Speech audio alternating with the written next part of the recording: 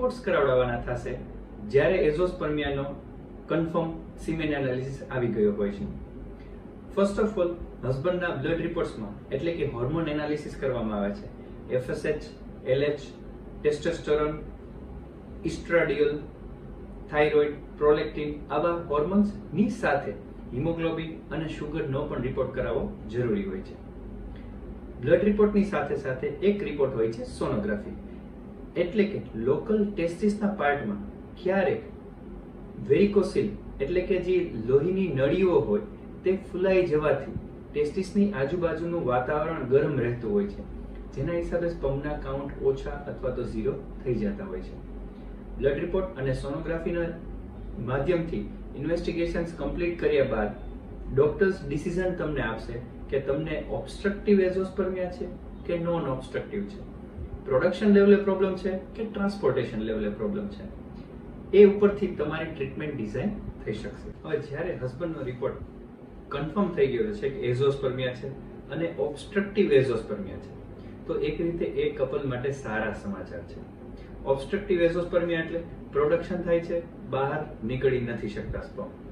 એવા કેસીસમાં ટેસ્ટ ટ્યુબના માધ્યમથી ટેસ્ટિસમાં નીડલ નાખી ટેસા અથવા તો પેસા નામની પ્રોસિજરથી પોતાનું જીનેટિક મટીરિયલ લઈને પોતાનું જ બાળક કપલ કન્સીવ કરી શકે છે.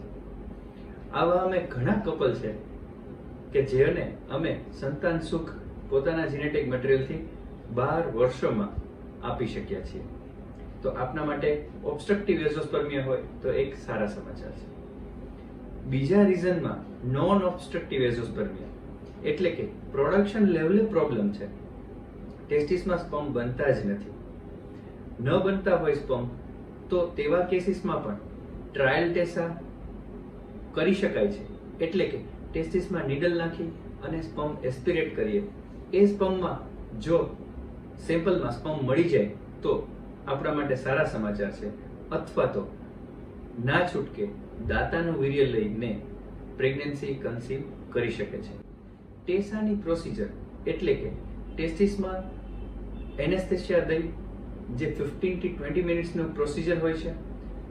નીડલ નાની એવી ટેસ્ટિસમાં ઇન્સર્શન કરીએ છીએ, એમાંથી સ્પર્મનો સેમ્પલ લઈ માઇક્રોસ્કોપમાં એમ્બ્રિયોલોજિસ્ટને જોવા માટે આપતા હોઈએ છીએ. એક ટેસ્ટિસના પંક્ચરમાંથી ક્યારેક સિમેન સેમ્પલ મળી જતું હોય છે. ન મળે તો ટેસ્ટિસમાં મલ્ટિપલ જગ્યાએ 3 to 4 પંક્ચર્સ કરવામાં આવે છે. આ પ્રોસિજર પેઇનલેસ છે કારણ કે તે એનેસ્થેસિયામાં કરવામાં આવે છે. તેના પછી હસબન્ડ બીજા દિવસથી પોતાની જોબ જોઈન કરી શકે છે. એમાં કોઈ જાતનો દુખાવો, ચેકો, કાપો, ટાંકો કે એવું આવતું નથી. એટલે કે આ પ્રોસિજરનો ભય રાખવાની જરૂર નથી. Thank you.